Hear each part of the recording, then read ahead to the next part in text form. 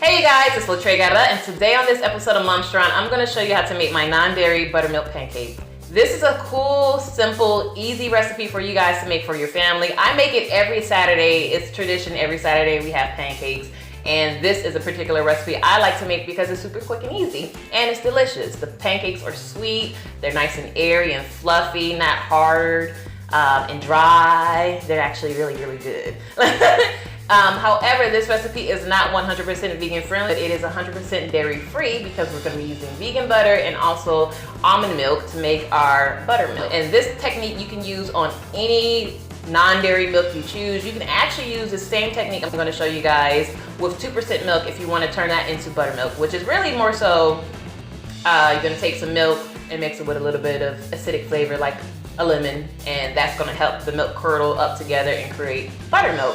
Oh, super easy. So I'm super excited to show you guys this recipe. I am, however, working on a vegan friendly version of this one because, again, this is not vegan friendly. This is going to have an egg in it, but it's going to be so good, and I'm super excited to share one of my favorite family recipes with you all. So let's go ahead and get started. To a cup of almond milk, you're going to add in a squeeze of lemon juice, and you're going to let this sit for about 10 minutes while you prepare your pancakes.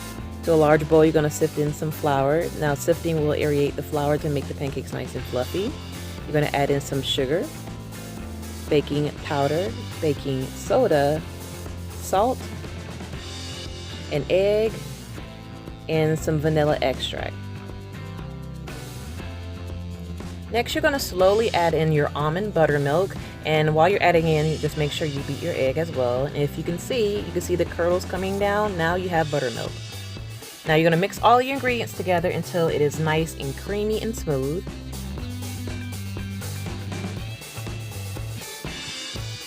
And then you're going to add in your vegan butter.